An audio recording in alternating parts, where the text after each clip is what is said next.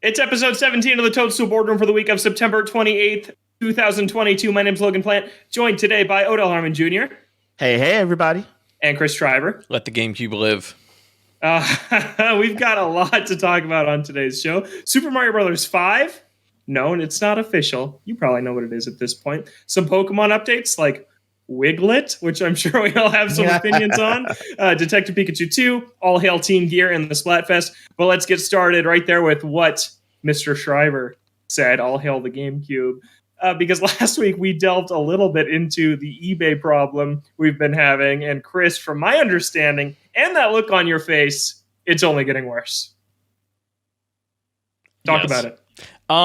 So I made the poor decision of, I made the poor decision of telling myself maybe I will try rebuilding my library of games that I really, really loved to play as a kid. I've been doing that bit by bit. And I don't know why, because like I play everything on Dolphin and PC anyway, but I still want the physical releases. I've picked up a few things. I didn't have Toadstool Tour, which I threw up in my mouth a little bit when I realized that. So I bought it. I got that. Star Wars Rogue Squadron, which I've never played. I'm looking forward to playing that. NBA Street with Mario, Peach, and Luigi. Not a Mario sports game, but I heard a great game. Sure. Whatever you say, Logan. Hey, is Soul Calibur 2 a Zelda game? Soul Calibur 2 is that a Zelda game? Should be. Okay. Should be. I feel like okay, first of all, it is not a Zelda game, but this game has Mario and sports. Yes. Like that's done deal. That's it. Like a sports game needs to have sports, check, and the Mario characters, check. It's just not true. Okay. Anyway, continue. But the long and short of it is, I told myself, okay, I'm gonna buy the games that really matter to me, right? Mm-hmm. And I'm gonna try rebuilding this little catalog of mine that I had as a kid. Part of the problem is that a lot of these games have gotten very, very expensive. For instance, extremely so. Wario World goes for at least $90 complete in box, which is insane to me because I don't know anybody that played that game. It's probably why it's expensive because they probably didn't sell a lot of copies of it. I'm also upset because I thought I had a copy of F-Zero GX and I opened it up today and there's a copy of Wind Waker in it. So I have no idea. How did that happen? What is that? I don't know why that's like that. I have no idea. I don't know what happened to my copy of F-Zero. I used to play it all the time. I don't know. I couldn't tell you. You could probably just sell the loose disc and make about what you'd need to get a loose disc. That's what I'm thinking, and then I'll just have a complete. And then, like, part of me is like, it's the only yellow label game in my collection right now, and I'm like, it might just have to go. Like, I might just have to get rid of it and just buy one outright. So I think what I want to do is over the next year is just be like, okay, I'm gonna buy maybe a GameCube. If I'm not buying any other games, I'll buy like a GameCube game a month until I rebuild this collection or until I forget to do it. And then eventually like this will just go away. And then I'll think about it like years from now and then everything will be like triple in price what it is now. Yeah. But the honestly the problem is there's so many bangers on the GameCube that I can't just be like, "Oh, I'll just get a few." Like I'm just going to get a few games. You can't because there's so many hits, and I want them all. Yes. But I was looking at the list of GameCube games today. This is a tease ahead for next week. We're going to be talking about the best GameCube games on the system. We're going to do another kind of ranking episode next week. So look forward to that next Thursday at noon Pacific, 3 p.m. Eastern, when we rank the best games on the GameCube. I was looking at the list today, and once the bangers stop, it drops off a cliff. It's like, wow, greatest game ever. Best Paper Mario, one of the best Mario Karts. And then you run through that top list of games, and what else is on there? Like, here's the thing. I think you are too young to remember many of the, or to have played many of the third-party games, or multi-platform games that were also on the GameCube, that, like, I got on the GameCube, that I, link in my brain. Like, Simpsons Hit and Run, stuff like that. Yeah, see? I was about I was about to bring it up. Simpsons Hit and Run, in my mind, is a GameCube game. Yeah. Like you play it. I feel like most people played it on the GameCube. It's funny because that was the last time Nintendo had great third-party support. Right. And I don't know if we'll ever see that again. And they don't know this, but Chris and Logan were showing off their great collections, and I'm going to show them my copy of Billy Hatcher and the Giant Egg, and I can't find it. Now I'm like, it's one of those phantoms. I know I own this. No, it's not, but it's rare. And I'm like, where is it? Oh my God, where's my $1 million game? Where is it? Did I sell it? Who effing knows at this point? I did find my copy of Beautiful Joe, though. Oh, I feel like not a lot of people played. Them. That's one of the ones I was trying to get. You know the most painful thing about perusing eBay for GameCube games? I know what you're going to say, but go ahead. When they have the GameStop sticker? Mr. Mind Reader. I was going to say the Game Crazy sticker. Either one. That's the store I grew up going to. Either and it's one. Like $14.99 for Path of Radiance. like I can't Beautiful Joe even believe it anymore. Was infamously $7.99 at GameStop 4 years. And I owned it at one point. Like I got it for Christmas one year. And I got rid of it. When I learned I could rip GameCube games, I was like, I don't need these anymore. And in a way, I was right. Like I really don't need them anymore. But I still want them. I want the box. I want the box. GameCube packaging is nice. It is Dude, very nice. It's very so sturdy. premium. Yeah. Yeah. Like the Wii boxes feel flimsy and lame. There's nothing in them. I kind of hate the Wii. Like I don't hate it, but it's definitely like my least favorite. I'll say like if you were to look at the games that I have copied over to my PC, the GameCube list, it's probably like 40 or 50 deep. And then the Wii is like 10. Maybe. Yeah. Okay, but that's a little tease for next week. I've been looking on eBay too. I really want Twilight Princess on GameCube, even though I have it on Wii and Wii U, but I don't own the GameCube version anymore. And as you know, it's my favorite Zelda, but that thing's expensive. What is it now? Man, it's like 80, 90. That's when and I think what I've started to tell myself is like, you know what? I would spend $50 or $60 on a lot of these titles. Because I'm treating it in my mind of like, all right, if we're going to play the game of convincing ourselves, then I'll say I'm buying it at full price and I can live with that. Yeah. But then you get to like Star Fox Assault being $40 and I'm like, I don't know if I can do it. I don't. He says as he is wearing. I don't think I can do it. Star Fox t-shirt. Yep.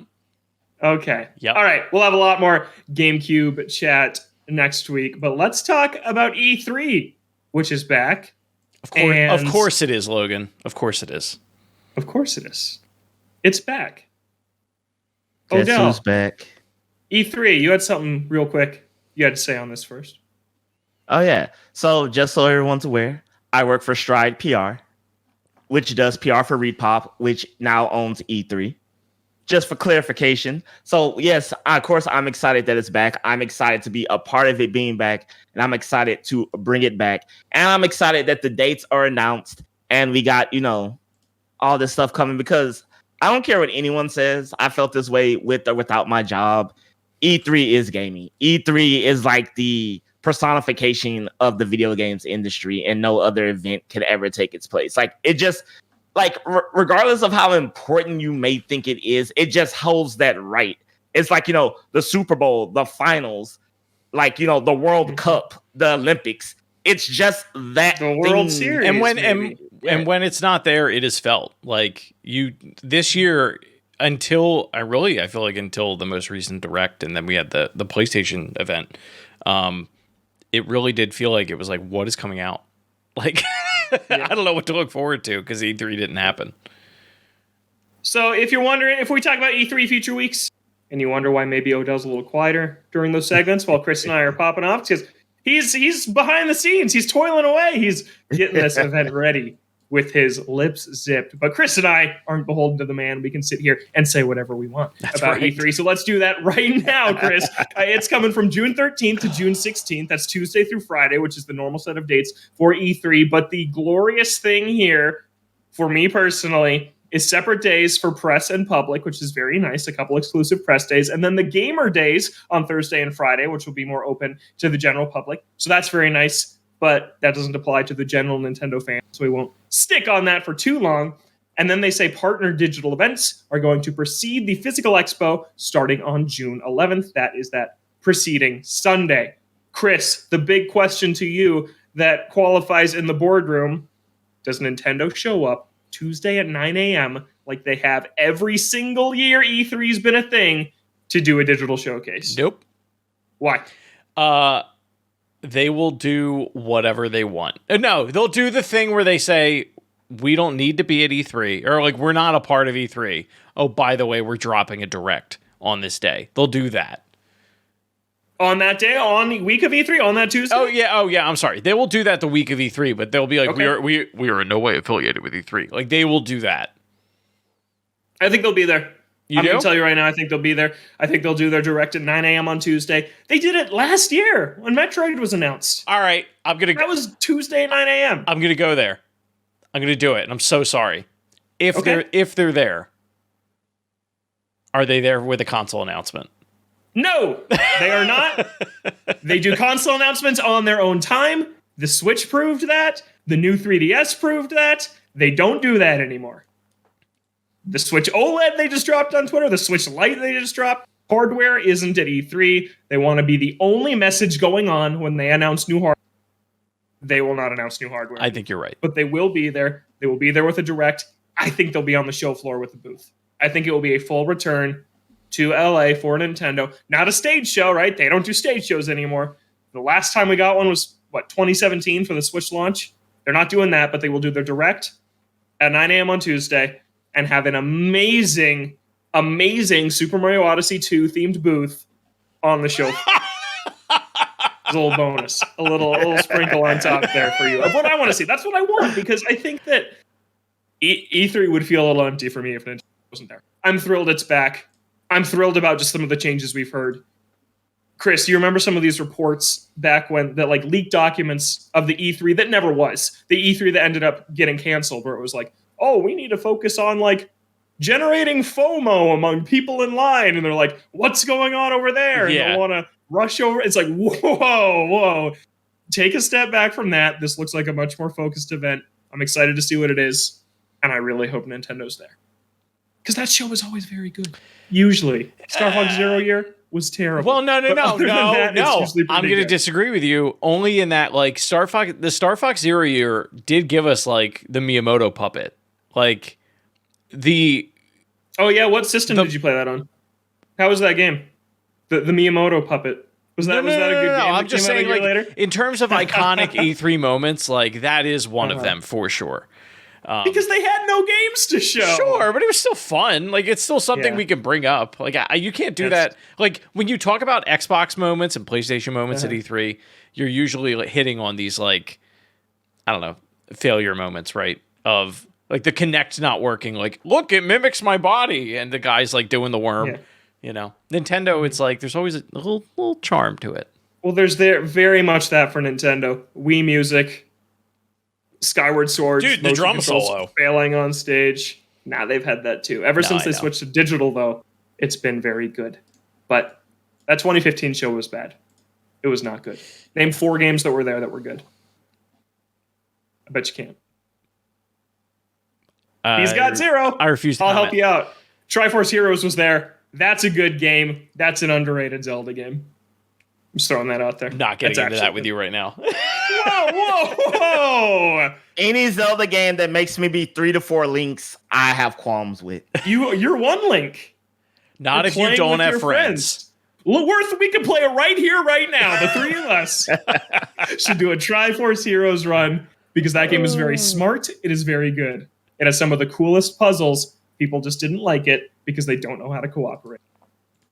And that's the truth. Triforce Heroes is a good game. Real quick, because of course I'm browsing eBay while we're doing all this. Oh, come on. Someone's trying to sell Mario Party 6, the case and manual, for $40 with no game.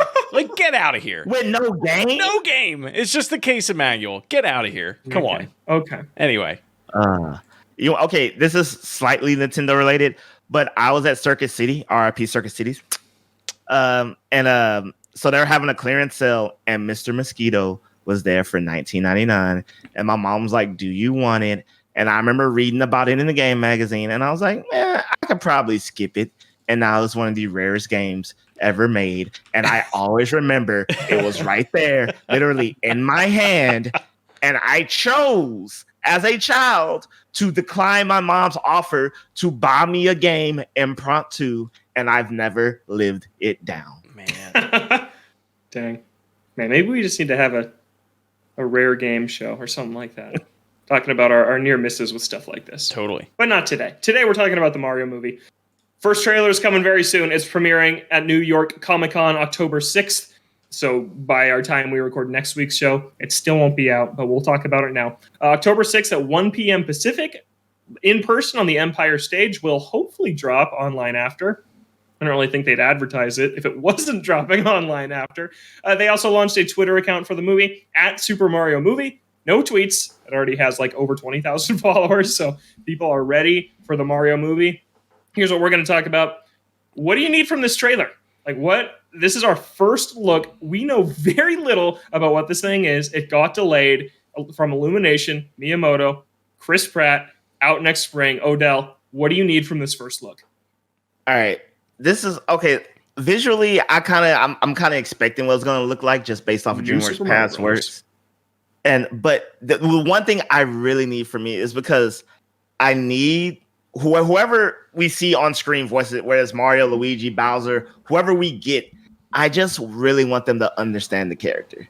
Like, I don't want to watch it and it be like, hey guys, I'm Mario. You know what I've done for the past? Like, no, I really, even if it's not my exact imagination, I want it to be a believable versions of the character. That's all I really ask. Because I'm not asking for much. I'm not expecting this to be a 10 out of 10 production. But I feel like as long as we have some baseline respect for the characters they're going in, it's not like, oh, let me just, hey, this is what Mario's being. I'm trying to put a unique spin on it for the now. Like, no, just respect the character. That's all I really need. Make it somewhat believable. You know, I'm not saying he has to have an Italian accent. Just make me believe that this is a believable Mario, and I think we're solid. Because the way I say it, this movie is either going to be so bad that it's good, or just so bad that it's bad. I don't really see any middle ground. I think it could be good. I don't think that we see this movie next spring and walk out and we're like, that was like fine or forgettable. I think it's either like, wow, they did a nice job, or, oh my God, Nintendo's never going to make a movie again because this was terrible. I agree with you. I don't think there's going to be any like, oh, this was fine. I think it's going to be one of the two extremes. Chris, how about you? What do you personally need from this first trailer?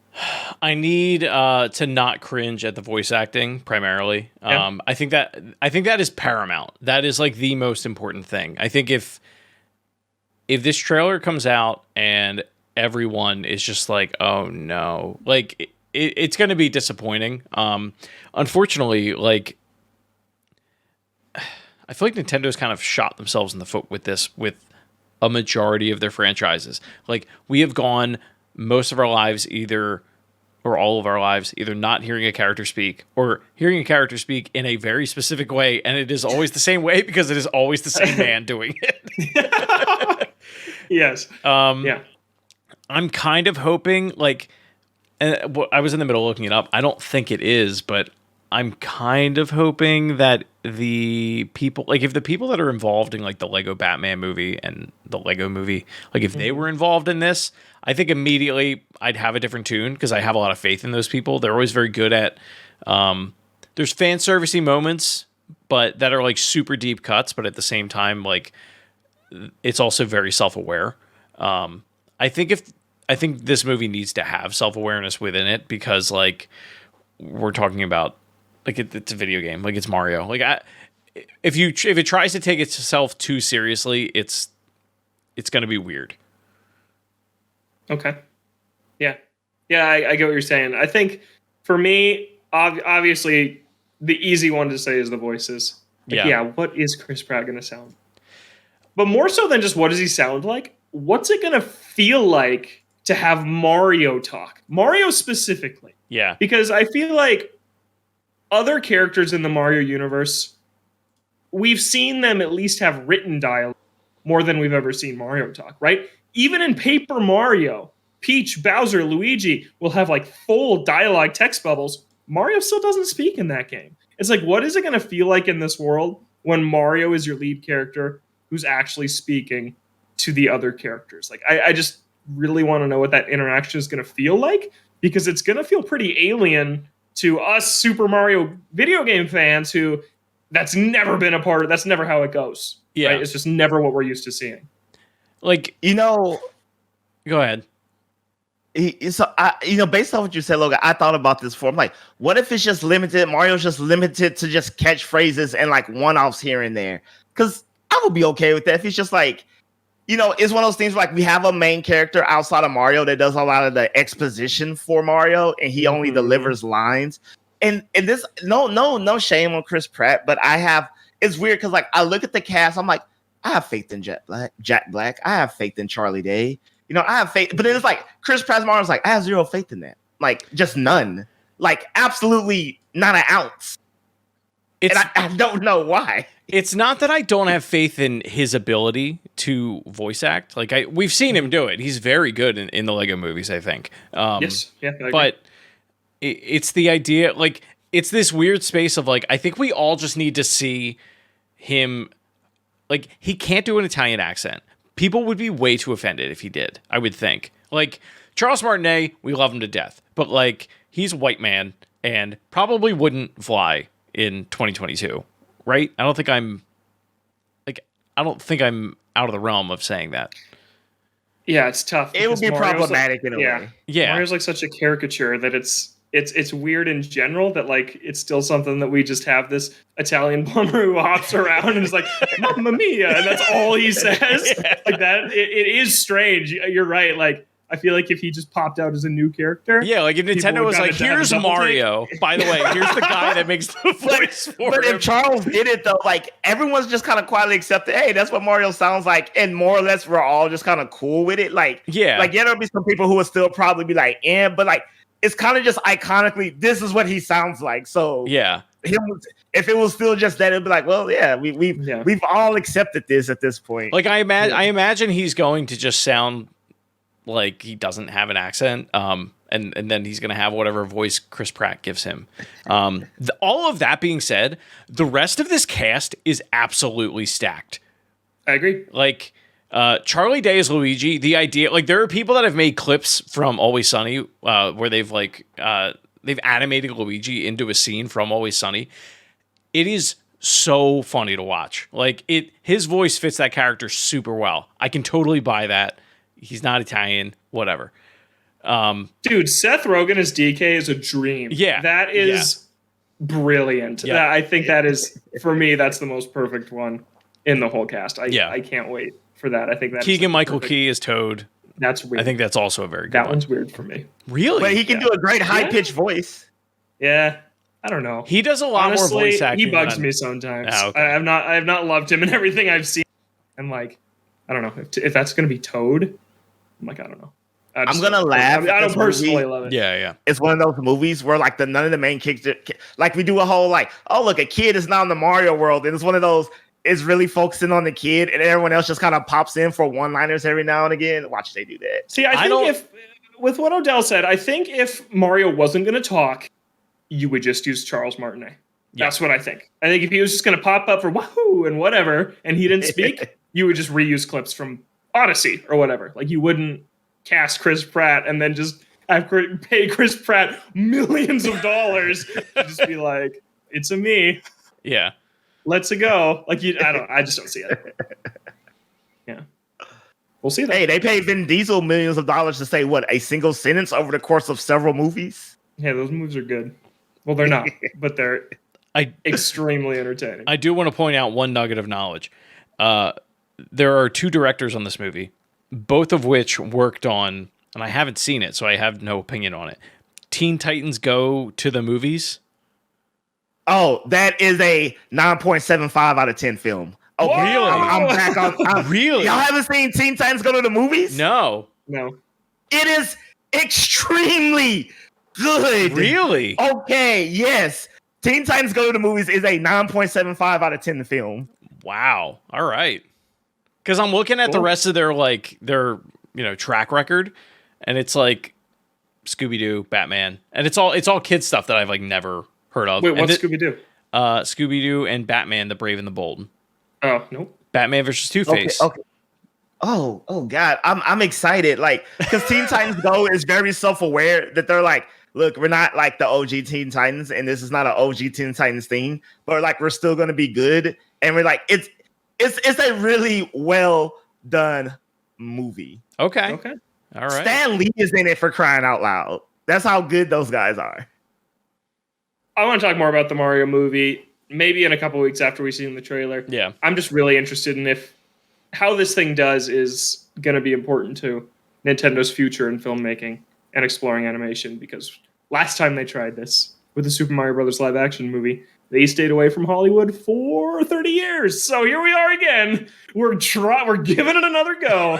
And I do want to talk about that in future weeks, but we got to move on for now. Staying on Mario, though, Super Mario Brothers 5 is the hot new Mario Maker fan project you've probably seen on Twitter over the last week. It's from a creator called Metroid Mike 64, and he started working on it in 2015 when the original Mario Maker came out on Wii U. The better Mario Maker, by the way. And then when Mario Maker 2 came out on Switch, he had to block by block move all of his levels over, which got me thinking, why didn't they do something where you could bring your levels over from the original? That's insane. Anyways, so this is from Twitter. He said, I finally finished creating my super world in Mario Maker 2 and have unofficially named it Super Mario Brothers 5. I've been working towards this moment since 2015, trying to create a classic Mario game that plays as if Nintendo created it themselves. It features 40 courses in 8 worlds in 3 of the styles in Mario Maker 2. There's 24 courses from World, 14 from 3, and just 2 courses from Super Mario Brothers.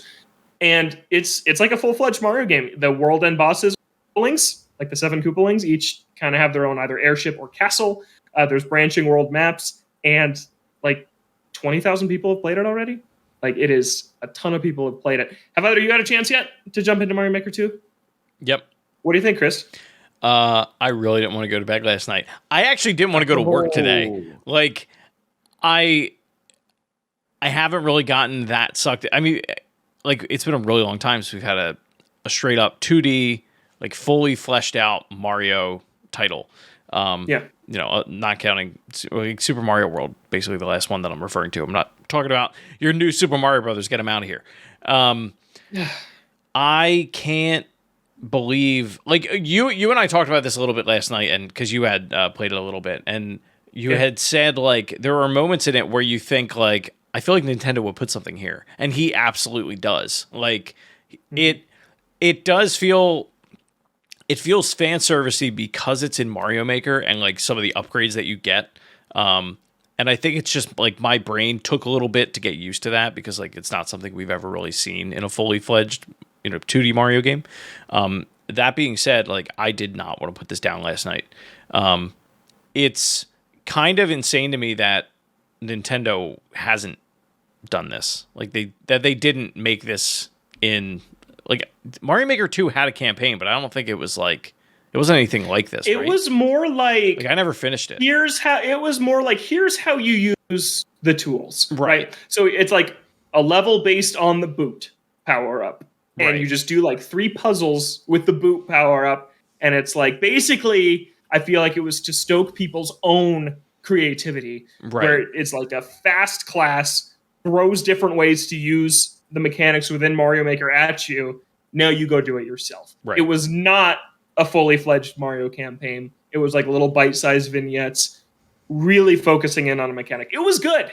It was good. I really liked it, but it's not Super Mario World. Yeah. It's not that. The other thing I will say about this, the levels are long.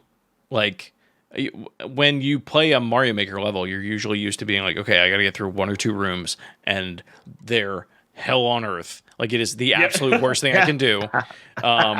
And this is like, no, it feels like a traditional Mario level, and it feels like it probably should have shipped with the game, and it didn't. But I'm really happy it's here. Yes. Yeah. Props to you, Metroid Mike. It's very cool. I feel the same way. And I think it's easy to take something like this for granted. You're like, oh, they just made a bunch of levels. Do you know how hard it is to make a balanced level that is 4.5 minutes long? Like some of these are? It's like, man, I make one level in Mario Maker that's not nearly as good as any of the ones I've played so far in this, and I'm like tapped. I'm like spent. I'm done. Like my creative juices are gone. I'm not playing this anymore today. And man, like, yeah, it does feel like a fully fledged Mario campaign. Obviously, you're inviting some pretty heavyweight competition when you call your fan project Super Mario Brothers 5. But so it's not up to par, obviously, with a Nintendo-made Mario game. And some of that is because of Mario Maker Limited. Yeah. Right? Like, there aren't hidden finishes. You can't like, oh, you found the secret goal, so now you get to go here. Usually the reward for finding a secret is a 1-up. Like, that's what you get, because that's all you can really give in Mario Maker is coins or 1-ups. So it definitely plays into the limitations of Mario Maker, but it has to. And for playing into those, it's extremely impressive. And yeah, like you said, Chris, I jumped on a block and I'm like, I feel like there should be a 1-up right here. And then you jump and it's like, boom, there it is. And I'm like, I can't believe he thought of that. Like, I've been playing Mario my whole life. I have a Mario brain. I know where they put things. And this guy clearly gets it too. Yeah. He has the Mario brain and he made it painstakingly detailed. There's some incredibly creative stuff here too. Have you finished World 1 yet? I finished the first 2. I have not finished World 2 quite yet. I think I'm at the final level of it. But the last level of World 1 is an airship. And you basically have to do 2 laps around this thing.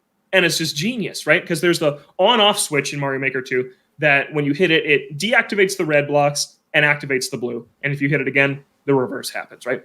And so you make your way through these challenges, through this auto-scrolling airship. You get to the end of level, and there's a locked door. You saw the key, but you couldn't get to it your first time around because it was blocked by those red and blue blocks. So then you hit the on-off switch, you go through a pipe, that pipe takes you back to the start of the level, and you go through again, but all of the platforming challenges are slightly different because what platforms are there and are not have changed. And it's like, that is such like a smart thing. I don't know if I've ever seen Nintendo actually do, where you loop 2 times through the same level, but it's completely different that second time through. Like, super creative and different, but it doesn't feel out of place, right? Yeah. Like, you're playing it and you're like, yeah, this could be in a Mario game. Like, it absolutely could be. And that level is what impressed me the most so far.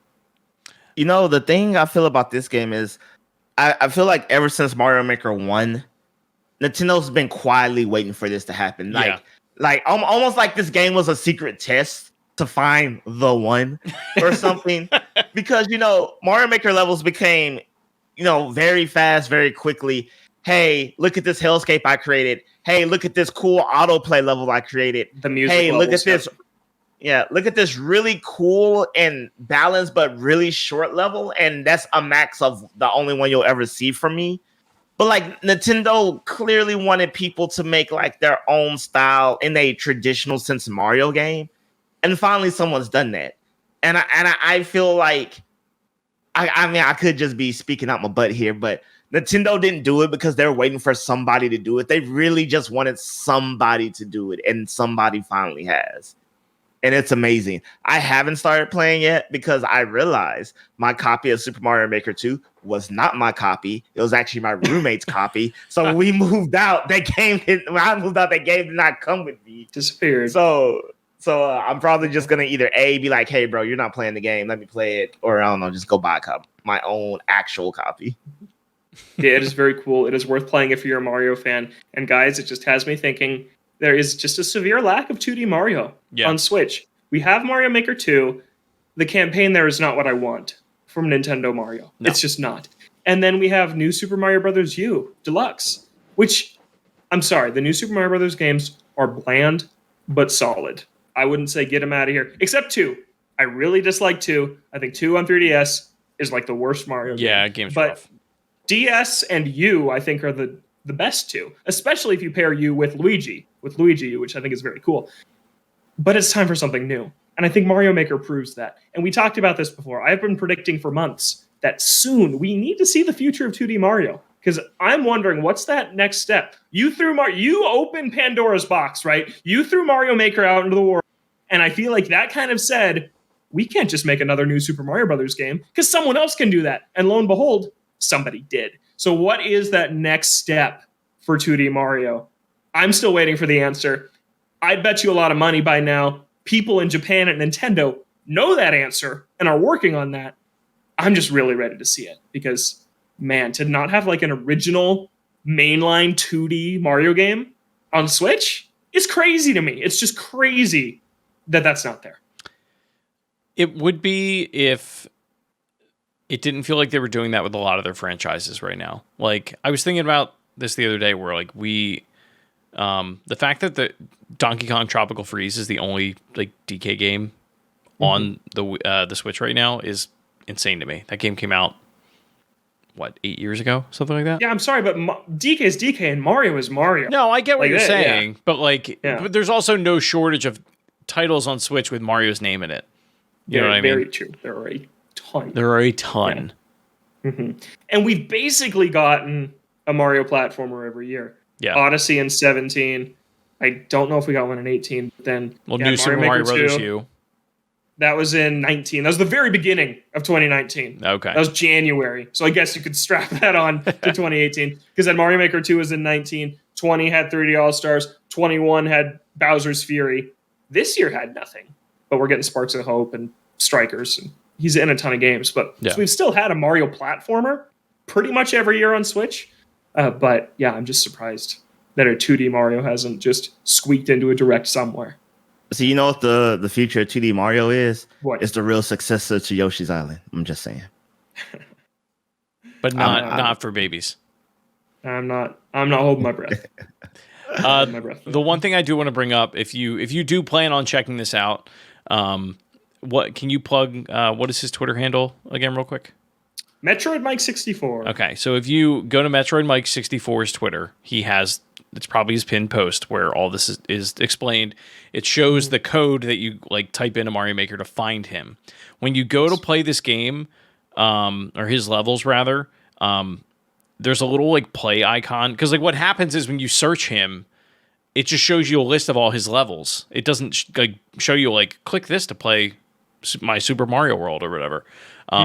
You need to click the little like clack thing for movies, the little movie icon. That will take you to like the proper intro to a Super Mario World game. It's been a while since I played Mario Maker. It took me a while. And then you don't click on worlds either. Once you're in the play menu, you just like go to search, and then you plug in that ID, and that will take you to the world. Yeah, you can. It took me a little bit too. And you can favorite his account on yours, so that every time you boot it up, you just go to your favorites, and then he's in there. And that's how I've been playing it. Yes, Mario Maker's cool. I love like the shadows, like the sprites are leaving shadows on the backdrop. I hate that. Like I love that. I think it looks amazing. Why do you hate that? It makes it look modern. It does. I'm playing games with the analog pocket every day. Like, nothing about me says modern. I'm wearing a Star Fox t-shirt. Fair enough. Okay. Real quick. We're starting to run short on time here this week. Best 2D Mario, Odell. Ooh. We're not counting Yoshi's Island. I know. I mean, it's just Super Mario World. I really don't think there's a debate on that. Like, it's a damn near 10 out of 10. Chris? Same. Same. We agree on something. That never happens. Yeah, like it's hard to argue. It's one of those games where, like, unlike 64, still holds up, still looks perfect, still tight controls. Secrets are insane. Like I still find the everything that went into Star World and beating Star World is still hard and impressive to this day. And I mean, I don't. There it is. There it is. Right there. It's like when people try to tell me it's not Super Mario World, I'm like, bro, you're really just trying to you're trying to be that guy who doesn't want to go with the right answer. Mm-hmm. I also think it's Super Mario World. The one I've spent the most time in with my life is Super Mario Brothers. I find that game infinitely playable, but Super Mario World is definitely the best. I don't like 3 that much. Sorry. Thank you. I'm glad you said that. God. I'm glad you agree? You guys agree? No, but people was like, oh, Super Mario Brothers 3, have you not played it? I'm like, the what? I can get 2 flutes and beat the game in 5 minutes? the what? Like, what? It's just more Super Mario Brothers, except, okay, it doesn't have super hard levels like 2. That's just meant there to make you cry. It's obviously better than 1. But it's not like this mecca of gaming. It's just a fun game. Like, Super Mario Brothers 3 walked so that Mario World could Yes. run. I've never Exactly. understood the debate between those two. Yeah, I Because haven't to me, either. it's like one is the evolution of the, and it's like, yeah, it's just not really close to me.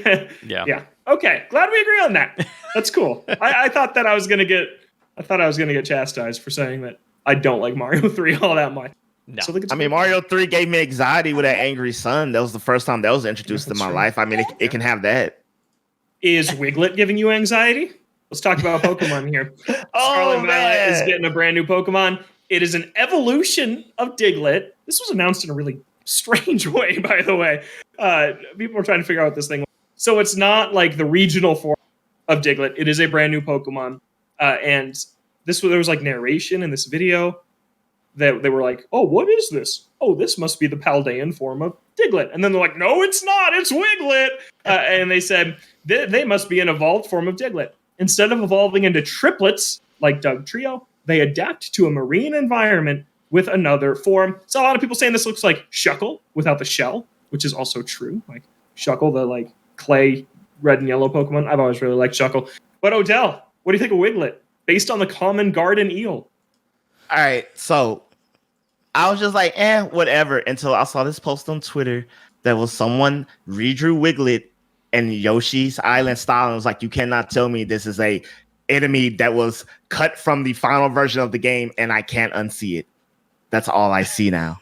Okay. Especially when it stretched out the big red nose. But anyway, okay, so I want to talk about that announcement real quick. I think that was, first of all, I don't understand why this isn't up on Pokemon's main channel, because that was amazing. If you watch and listen to it, there's researchers from all over the world speaking in their native tongue, discussing each other. Like you can read the subtitles, but there's like clearly a woman that's like of South African descent or somewhere of the African continent. There's like, a Spanish person, I'm assuming from Spain, Paldea being in Spain. From Paldea. There's like, there's a Japanese person, and it feels like a real press conference. I thought that was really cool. Like, it sounds like a real press conference. They probably have like, their translators translating what each one is saying, and it's like a worldwide discussion. And I was like, Pokemon just really does really well with like these fun, inventive things that makes the world feel extremely real. Like, remember in Legends Arceus when they did the like found footage, like horror film reveal for one of their Pokemon? That was really cool too. Yeah, it's kind of similar to that. Yeah, and I'm like, it's fun because like these are real, quote unquote, real Pokemon researchers researching a quote unquote new region and discussing it with other professors from around the, I assume in their field. But I think Wiglet looks fun. It looks like a fun Pokemon, because the thing about Pokemon design, we touched about this a little on our Pokemon episode. It's just like, it's this weird like standard, but it still has to be new and inviting, but still has to feel like a Pokemon. Like I look at Wiglet and like instantaneously, I'm like, yeah, that's a Pokemon. And it does little fun and cool things. Now, the whole controversy of like, is it an evolution? Is it a different Pokemon? I don't know. I assume it's the evolution, what they said. Wiglet, it's funny, I guess. Water Diglett. I'm rocking with it. I got no qualms. Yeah, I think it's cool. I've liked the new Pokemon they've shown so far. I know I tend to dump on Pokemon here. I'm cautiously optimistic about this one. I like the Pokemon they've shown, like some of the stuff we've seen. I think Wiglet is funny. Chris, what do you think? I think it's very funny and cute, but the first time I looked at it, I thought it was... I forgot that like Diglett had a nose for a hot minute, and I thought it was just a mouth, and he was like, get me out of here. A big barn. Like some horrible monster. Nah, he's super cute. I'm glad that like nobody ran away with a bunch of like inappropriate jokes with him because of his length and girth. Okay, all right. Detective Pikachu. But other than that, he's great. Is in the news. Another Pokemon game here we're going to talk about. So this is from Nintendo Life. Over on LinkedIn, a senior game programmer from developer Creatures Inc. by the name of Jonathan Murphy mentioned Detective Pikachu 2 on LinkedIn, saying that he worked on one unannounced project and one nearing release, Detective Pikachu 2. So who knows what this actually means, nearing release. But this is the first we've heard of this game in pretty much over 3 years when it was originally announced. This is supposed to be a Switch game, a follow-up to the 3DS original, which that one's story was the basis for the movie, which appears to not be getting a sequel, which I am still honestly surprised by to this day that movie is not getting a sequel. But Detective Pikachu 2, I'll start. Not a fan of the original. Did not like it. My favorite series of all time is Ace Attorney. and this was just Ace Attorney for babies, which is fine. I'm sure there's an audience that really liked this game. It wasn't for me. I do, however, think that the animations on Pikachu were adorable. I like the concept of a talking Pikachu, a Pikachu outside of Ash's Pikachu, right? Like the main one that we see all the time, who also talked in that one movie, right? Well, didn't he speak English in that movie? He's like, I always want to be with you. And it was like super terrible. Anyways, God, why did you remind me of that? Detective Pikachu 2, Odell. Oh, I mean, that's cool. I'll tell you why the movie doesn't get a sequel, because the movie actually sucks, but the acting is horrible. The acting is horrible. Oh, the lead boy and the lead girl are horrible. Bro, you could have paid me $1 million some dollars and I would have did a better job than that. I promise you. But hey, the lead guy's in The Quarry, and I like him. The lead guy is not bad. The lead girl in that movie is very cringeworthy, but the rest of that movie is great. If you didn't cry, animations in that movie are amazing. If you didn't cry at the what you wanted scene, when you were, yeah, like you don't have a soul, and I don't trust you anymore. Like that, it was great. Yeah, but anyone care about the game though? Does anybody care about the game? I didn't play it. No, my opinions on the game is it's one of those niche games that's super funny. Like, I mean, like I played like the demo of it, and it's just like it just made me laugh. It was like, this is just outrageous. And it's one of those games like you would never expect to come to the West, and I don't think they ever really planned for it, but it kind of did. So, and I think it's novelty. It's a novelty game. I am surprised it's getting a sequel because most novelty Pokemon games just don't get a sequel outside of like the Rangers and the Mystery Dungeon series. Yeah, so the Pokemon Ranger and Dungeon series, they prolifically lived on. So I think that's the bigger story here, that what a Pokemon spinoff is actually receiving a proper sequel. That blows my mind. And there were funny plays on the genre in Detective Pikachu. Like the very first case, there's like an Apom, and he like has like a red stain all over his chest, and it's like supposed to look like blood. And they're like, it's ketchup! Oh no, he like tripped and fell on this tomato, and there's tomato juice all over. And it is a really funny play on like the detective investigation genre. The gameplay will just put you to sleep. Like if you're there for the charm and the presentation, that game is very good. But if you're there for solving a mystery, it really holds your hand the whole way. But it is very funny. Talking to Pikachu is funny because like he'll want to say something like Nav, like in Ocarina of Time, Navi's like, hey, listen, and then you tap the button and she says something. There's times in this game where the Detective Pikachu will be like, hey, I got something to say to you. And then you tap on him and he's like, you don't only have to talk to when I ask you to, right? You can check in on me other times. And it's like super funny. Like he's recognizing that you don't tap on unless he asks you to. Like you're neglecting your detective. So it is a funny game. I'm curious to see what a sequel looks like because that is one of the better looking 3DS games. So I'm excited to see a sequel on Switch at some point. Maybe next year. I'm very surprised to see this news at all. The guys over at the Nintendo podcast, if you've ever listened to that, they were just talking about this last week. And one of them was like, no, I've heard from several people that this game was canceled. And now all of a sudden they're saying that it's apparently going to come out. I don't know. We'll see. Okay. We'll see. We'll see with this guy who actually worked on the game. Yeah. If he's right or if he's just not at the company. He's like, smoke. Yeah, we'll see. But I'd like to see it. I'd like to see the sequel. Last thing we're talking about here, Splatfest happened over the weekend. What would you bring to a desert island? Gear, grub, or fun? And the logical, responsible team is the victor. Team Gear, that's us. Boardroom 1-0 on Split 3 Splatfest. I played a ton of Splatfest this weekend. I played like 3 to 4 hours every day of the Splatfest, Friday through Sunday, and had a very, very good time with it. A couple things, though. One, they've lowered it back down from 3 maps to 2 for Splatfest. That used to be like one of the hooks for Splatfest was there's 3 maps going on. Because you're only playing Turf War, right? You're not playing anything else. You're just Turf Warring the entire day, all weekend. So they added that 3rd map in there. Just 2 here. We'll see if that changes as more maps get added into this game. Number 2, I was preparing to come with Tricolor Turf War impressions. I only got 1 the entire weekend because, as you'll see in the results, Team Gear had 58% of the people and about 21% were on each of the other 2 teams. So if you were on Team Gear trying to get into a Tricolor Turf War, you likely did not have any luck. That was the case with me. That's why. I could not figure that. I was like, I keep picking this mode. I never played one myself. Yeah. I could not figure that out. Because it's harder to get in, right? Because you only need 2 people in the normal turf, and then 58% of the people are on Team Gear. I saw some people being like, "I'm playing for Team Fun. I have not gotten a normal turf war in like 15 matches." Weird. And then I see people on Team Gear, and they're like, "I've been trying to get into a tricolor. I've been playing for 5 hours, and I've gotten 2 of them." And that was my case. I got 1, so I can't even really deliver what I thought of it because I was just trying to figure out what was going on with like the ultra signal and things like that. But overall, I had a great time with the Splatfest. I told Chris this the other day. As the Splatfest was coming to a close, my girlfriend and I matched into our first 100 times battle of the Splatfest, and we won it. We ended the Splatfest with a 100 times win. So you're welcome, Team Gear. That was the difference. That was the difference in the Splatfest. Okay, but it was a good time, and still really loving Splatoon 3. Last thing I want to say here real quick, we did get our first ever listener question at toadstoolboardroom@gmail.com.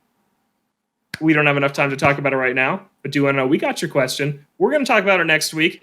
If you want your question to be featured in next week's first ever Toadstool Boardroom question segment, email us this week, toadstoolboardroom@gmail.com, with your Nintendo-related question. Whatever you want to ask, whatever will get us thinking, whatever you want us to talk about Nintendo-related, we'll answer it. Last thing, Tunic out on Switch. Odell, I know that's a favorite of yours, right? Yes, sir. Should we play it on Switch, 30 FPS, or should we play it on other consoles, 60 FPS? I mean, Is it 30? It's 30 on Switch. You know, I will say this. I haven't played it, so I don't know. Maybe it worms well, but that game is really challenging, and dodging and getting your attacks just right are extremely important. I'm talking about the difference between an hour. I got to start this whole hour-long battle over again. Important. So hopefully it's still you can still good, but this is a game, and I will stress, cannot chug. I will repeat, this is a game that cannot chug if you're going to be successful. So as long as it's clean and fluid at 30 FPS, I think that's fine. I've heard it's pretty steady on 30, which is probably why they went for it, because probably could have maintained steady 60, but it seemed like rock solid 30 from what I've seen so far, people playing it on Switch. Yeah, like I honestly, Logan, if you get it and you start playing and you tell them there's no problem, I could very easily get this on Switch again and play in handheld mode. It'll be like one of my OLED tests. Yeah, but then then Chris will play it and he'll be like, "It's unplayable.